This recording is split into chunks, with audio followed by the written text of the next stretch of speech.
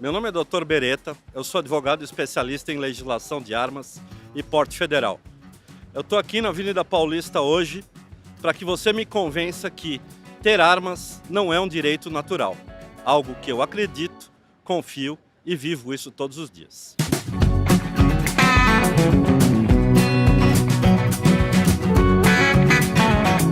Eu não acho que a utilização de arma é um direito humano. Primeiramente, que eu acho que o direito humano é a gente ter comida, a gente ter uma moradia. Eu acho que o direito humano é a gente ter uma qualidade de vida que seria o mínimo que a gente tem. Eu acho que quando a gente tem uma arma, é ao contrário. A gente perde o direito humano. Porque quando você tira a vida de outra pessoa, que direito que você tem sobre ela? Então, a arma de fogo é um direito humano por quê? Porque ela garante o teu direito a se defender do mal. Ela garante, é um instrumento que você tem de equiparação de forças, principalmente para as pessoas mais vulneráveis, para o idoso, para a mulher. É o que vai te garantir ter acesso a um instrumento que vai poder efetivamente se defender. Eu acho que a gente só precisa de armas quando a nossa vida está em risco, né? E existem vários fatores que levam a nossa vida ao risco. Que um deles é a violência. Inclusive, não é só o crime que mata, né? A polícia também mata, e mata muito mais do que o crime. Então, eu acho que a ideia é tirar as armas e da educação, gente. A gente precisa de educação, a gente precisa de uma sociedade que não seja machista, porque aí eu não vou estar sentindo a minha vida em risco, não vou precisar ficar preocupada com um homem maior do que eu, ou independente disso. A gente precisa de educação, educar os homens, educar as mulheres, educar as pessoas brancas, principalmente, educar a polícia.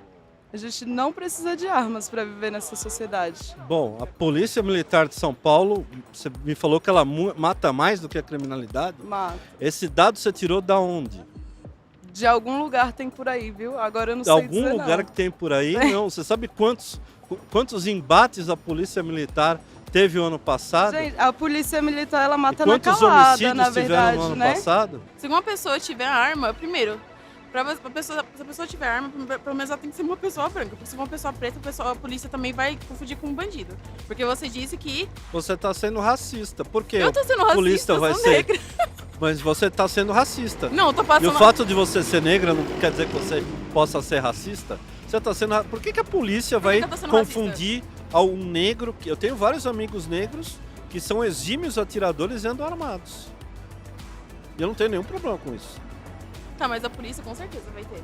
Mas quando você postula desse jeito, de ter arma é um direito humano, você acredita que tanto o uso da arma como também os malefícios que ela pode trazer também fazem parte da responsabilidade da pessoa?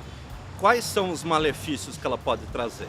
Você pode, por acidente, acabar se machucando, por exemplo. Você pode ter uma arma, você pode ter uma criança dentro da sua casa e essa criança acabar pegando essa arma e engatilhando ela sem querer e dando um tiro, sabe? Ou machucando alguém. Você pode ter uma pessoa, por exemplo, tivemos o caso recentemente na escola que o menino com 13 anos pegou uma faca e foi pra cima da professora. E entendo que a arma nessa tipificação talvez seja diferente, não sei. Tá. Mas por arma em si, isso pode ser uma coisa danosa, porque ao mesmo tempo em que ela pode te trazer a proteção, ela também pode te trazer o dano para a sua integridade física.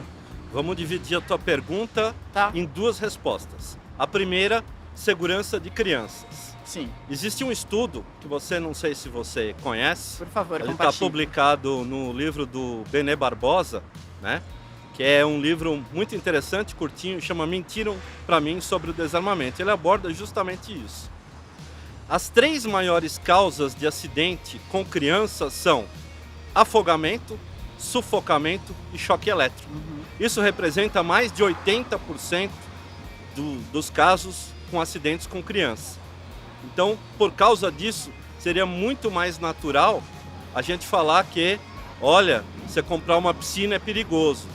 Tudo requer, né, os cuidados necessários, e a arma de fogo também. Bom, a primeira coisa que me passa a cabeça é o ataque que teve na semana passada a uma escola, e que o menino entrou a faca e matou uma professora.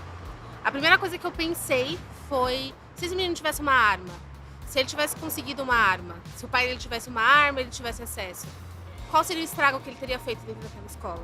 Então vamos lá. Esse é um grande mito do armamento, né? Esse menino não entrou, como você bem falou, ele não entrou com uma arma, entrou com uma faca. Ou seja, o criminoso sempre vai ter acesso à arma de fogo. O que nós estamos debatendo aqui não é o criminoso ter acesso à arma de fogo, que isso o criminoso já tem. Esse menino, se ele quisesse comprar uma arma de fogo, ou ter acesso a uma arma de fogo, ele teria acesso de uma maneira muito fácil. Ele vai numa boca de fumo, nessas feirinhas do rolo da madrugada. Tem um livro de um estudioso que se chama John Lott Jr. É um americano que é o cara que mais estuda sobre legislação de armas no mundo. O professor John Lott fez uma extensa pesquisa e os Estados Unidos, acho que é o campeão desses ataques com armas de fogo em escolas, em shopping centers. E ele descobriu o seguinte: 94% dos ataques acontecem em áreas que a gente chama de gun free zone, que são áreas onde não deveriam existir armas de fogo. Só que o criminoso não está preocupado em cumprir a lei.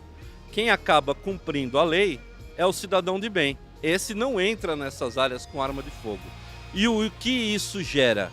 O que isso gera é que esses criminosos procuram exatamente em 94% dos casos as áreas que ele sabe que ele vai conseguir fazer o maior número de vítimas sem ser revidado, sem ser confrontado por ninguém, porque ninguém está armado. Só que daí você cria uma regra que a única pessoa, que é a regra legal, que a única pessoa que vai cumprir é o cumpridor da lei, é o cidadão de bem. O criminoso nunca cumpre isso. Nós temos 3 tipos de pessoas no mundo, que a gente poderia classificá-las. Nós temos as ovelhas. As ovelhas são não dotadas de qualquer capacidade de violência. São pessoas que não têm capacidade de violência. Não julgo. Essas são as ovelhas. Depois nós temos o lobo. O lobo, ele é capacitado de violência e usa essa violência para o mal. E daí nós temos um grupo raro, pequeno de pessoas que a gente poderia chamar, são chamados de cães pastores. Eles têm a mesma capacidade de violência do lobo, só que eles não usam essa capacidade e essa violência dele para atacar o rebanho. Eles usam para proteger o rebanho. Se você pegar a figura do cão pastor e do lobo e olhar eles numa foto, você vai ver, os dois são canídeos, os dois têm presas, os dois têm cauda, os dois têm pelo. Eles são muito parecidos, mas o cão pastor usa violência para o bem e o lobo usa violência para o mal. Como que a gente sabe quem que é o homem de bem, quem que é o homem de mal armado? A gente vê tanta violência policial por aí, por exemplo. Eu estou me formando em psicologia. Eu atendi uma mãe esses dias que o filho foi morto pela polícia. E foi morto injustamente. Então como que a gente vai saber quem é homem de bem e quem é homem de mal? Existe desvios de conduta nas polícias, isso eu não tenho dúvida. E para isso a Polícia Militar de São Paulo tem uma atuante, forte e pesada corregedoria que vai investigar o caso. Eu não vou conseguir te dizer sobre o caso específico, porque eu não tenho acesso para te dizer aconteceu isso, ou os policiais estão errados, ou o rapaz estava errado. Eu não tenho esses dados. Mas o que eu te diria, no final do ano passado, eu fui atacado por 3 sequestradores. Estava eu e minha esposa no carro. Eu consegui reagir contra 3 agressores armados. Eu matei um dos agressores, os outros 2 fugiram. Eu só estou conversando aqui com você hoje porque eu tinha posse de uma arma de fogo. Se eu não tivesse de posse de uma arma de fogo, eu não estaria vivo para estar conversando com você, porque eu não conseguiria me defender contra múltiplos agressores armados. Não tem um dia que eu não pense nisso. Logo depois do evento, eu fui me confessar com meu padre. Meu padre falou assim: Marcelo, segundo os ensinamentos católicos, você não cometeu um pecado, mas eu carrego isso comigo. É uma coisa que eu vou carregar para o resto da minha vida. E quando chegar a minha hora, e quando chegar o meu chamado, e quando eu ver o brilho e a beleza da face de Cristo, eu sei que Ele vai me julgar. Mas se você me perguntar, você se arrepende? Eu digo não. Eu faria tudo de novo para me salvar e salvar a minha família e salvar a minha esposa. Mas não pense que é fácil. Não pense que não tem um dia que eu não pense nisso, que eu tirei uma vida humana. Mas se a gente Mas daí o meu padre me disse o seguinte: Marcelo, não pense na vida que você tirou. Pense nas vidas que você salvou. Compreendo e respeito, sou praticante de tiro esportivo e eu acredito que deveria ser um direito, porém acho que grande parte da população não tem psicológico pronto para ter uma arma em sua posse.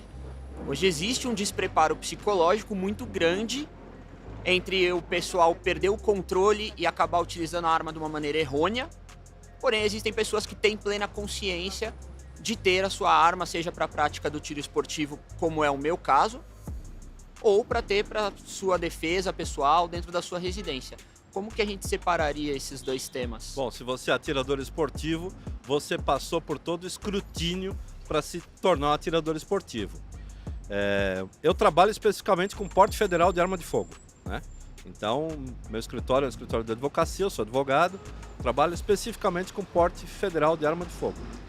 Um dos requisitos, como você bem sabe, é ser maior de 25 anos, não ter absolutamente nenhum antecedente criminal, que seja respondendo um inquérito por perturbação de sossego. A pessoa tem que ter a ficha ilibada, limpa, não pode ter respondido nunca nada. Perfeito. E além disso, passa por um teste muito rigoroso que você passou, prático e teórico. Você teve que responder perguntas sobre segurança, sobre manuseio da arma de fogo e depois passou por um teste prático que é rigoroso.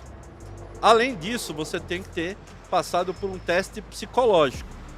O teste psicológico quando eu fiz, demorou umas 2 horas, terminou com uma entrevista pessoal, vários testes me foram aplicados e quem não tem a capacidade psicológica para ter acesso à posse ao porte de armas é reprovado.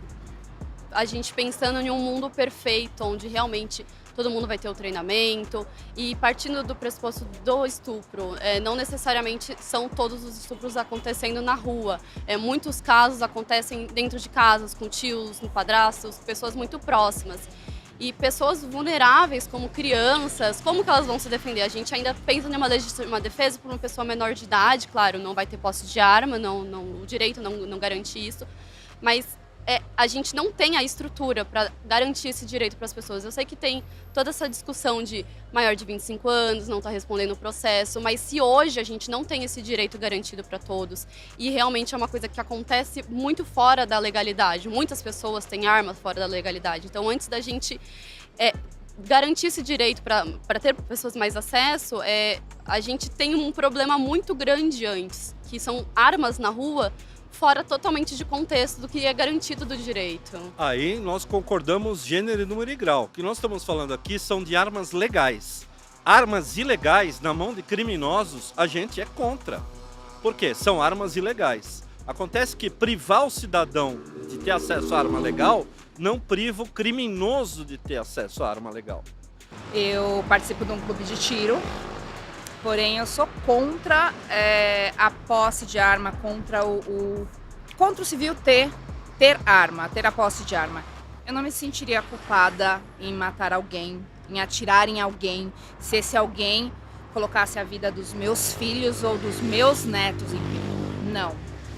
Porém, eu me conheço, eu sei como é que eu sou estourada. E numa discussão com meu ex-marido, eu quase fiz uma besteira. Eu quase atirei nele. Eu tinha acesso à arma em casa, porque meu pai é policial aposentado. Só que meu pai nunca deixou a arma municiada. Só que se estivesse naquele momento, eu ia matá-lo por uma besteira. Então, eu realmente sou contra por esse peso que eu iria carregar. Por ter matado uma pessoa por causa de uma discussão, por causa de uma bobeira, ou quando roubaram o meu celular. Se eu estivesse armado, eu teria matado uma pessoa. É um celular, é meu. Eu ralei para comprar, mas é um bem que eu posso comprar novamente, não é uma vida. Então, eu sou contra devido a isso, devido ao peso que eu sentiria por uma besteira.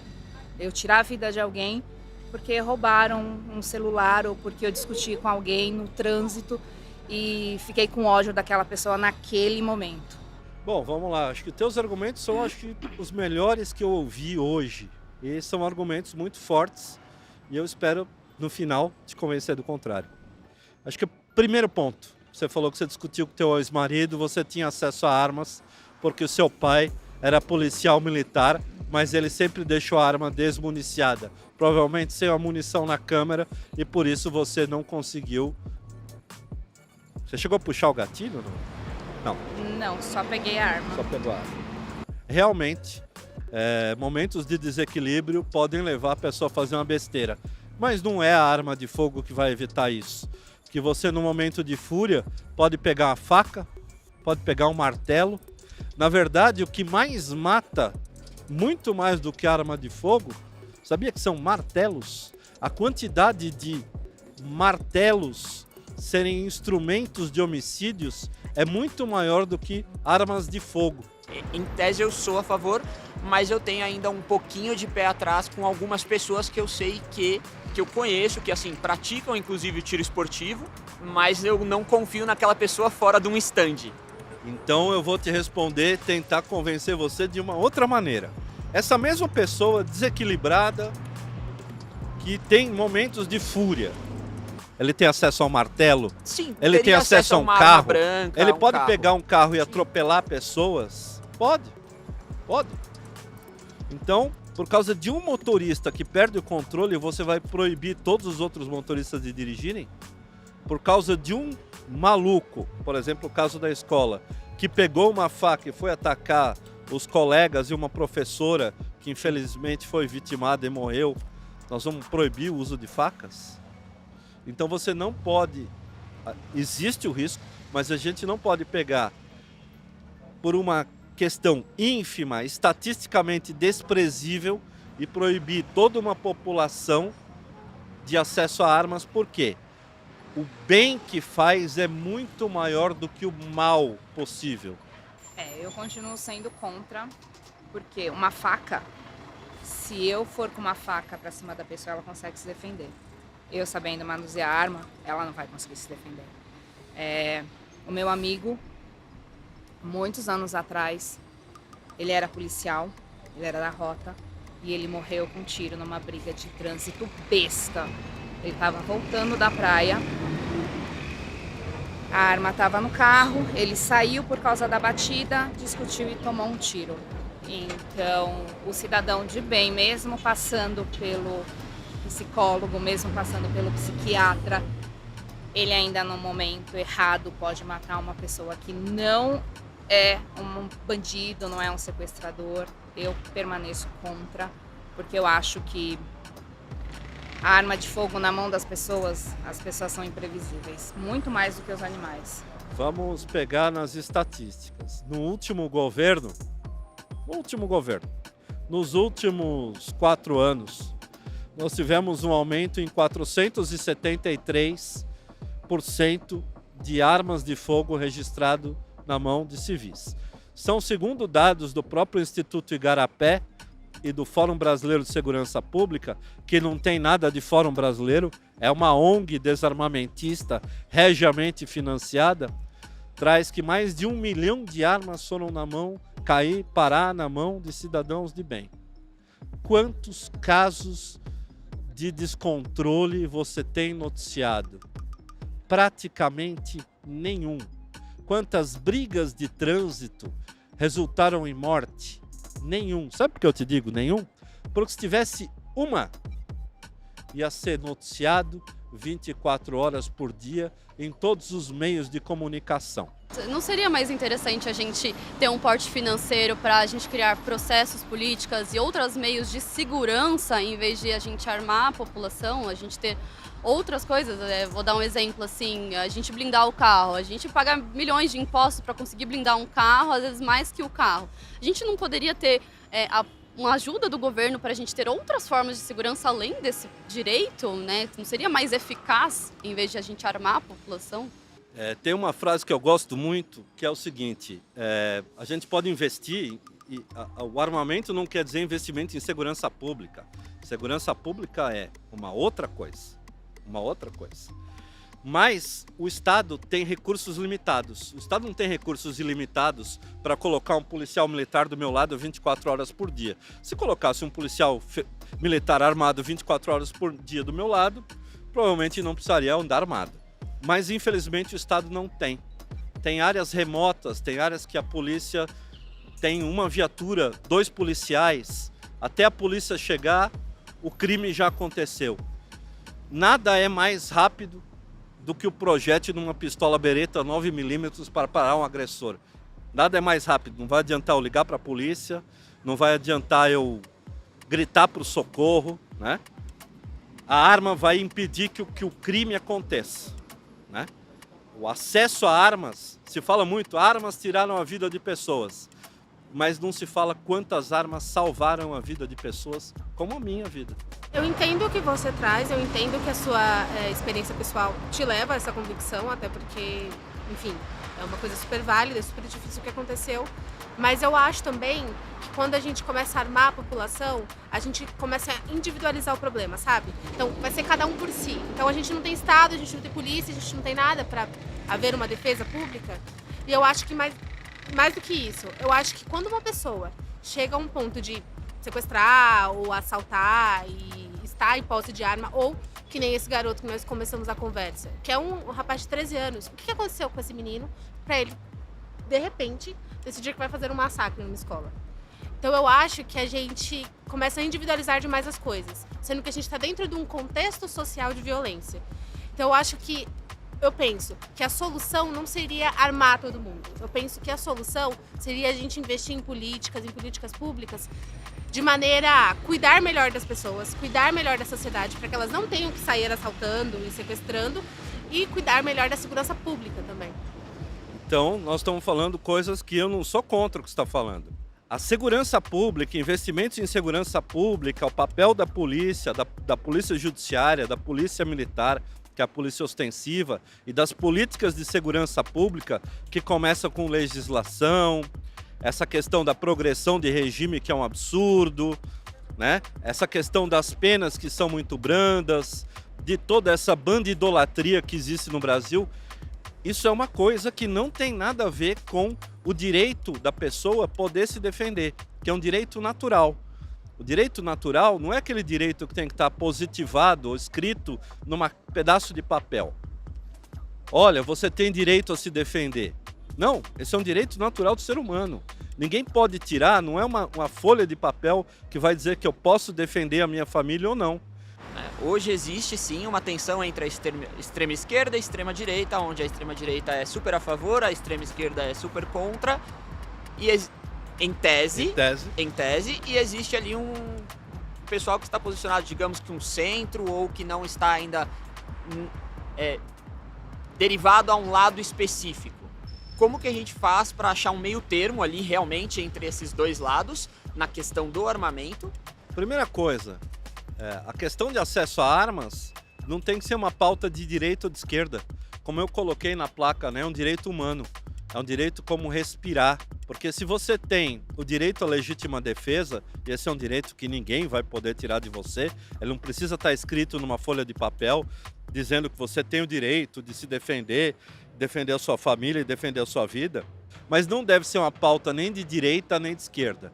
Infelizmente, a coisa se politizou e ficou a pauta de direita e a pauta da esquerda.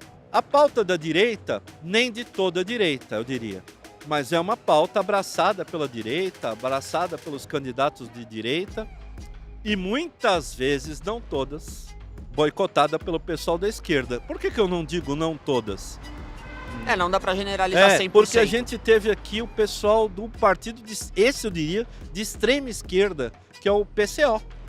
E o PCO veio aqui me cumprimentar.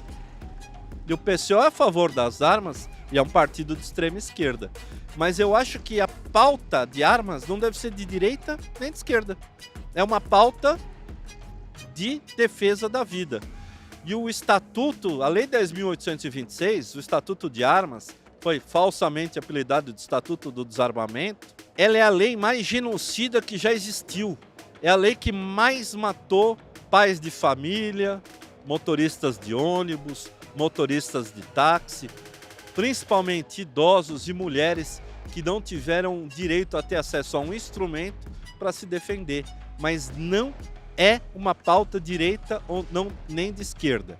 As leis, elas infelizmente, elas são brandas.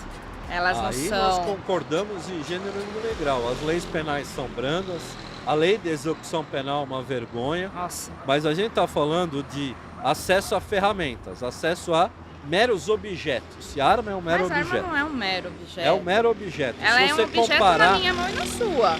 Se você Agora... na mão do bandido, ela não é um mero Não, na objeto, mão do é um bandido, elemento não. de opressão. Mas se você Exato. comparar, e o que a gente está falando é o teu exemplo de uso indevido, de momento de descontrole, um caminhão mata muito mais gente. Se eu jogar uma carreta Scania em cima de uma multidão, eu vou provocar muito mais mortes do que com uma pistola. Eu vou matar provavelmente 40, 50, 60 pessoas, como já aconteceu, e uma arma vai matar quantas? Então, é aquela ponderação dos benefícios e dos malefícios. E eu ainda acredito que os benefícios, São maiores. as vidas que as armas salvam, são muito maiores do que esses casos de mera estatística. E se você não tem condição de manusear uma arma porque você perde o controle, venda a sua arma. Por isso que eu não tenho. Eu só vou no clube de tiro e a uso lá seguramente. Porque Tranquilo. sei que não tenho controle pra estar na rua com arma. Eu vou me desestressar, mas infelizmente algumas pessoas que têm o mesmo descontrole que eu usam arma. Mas, como eu falei, numa condição que não entra nem na estatística.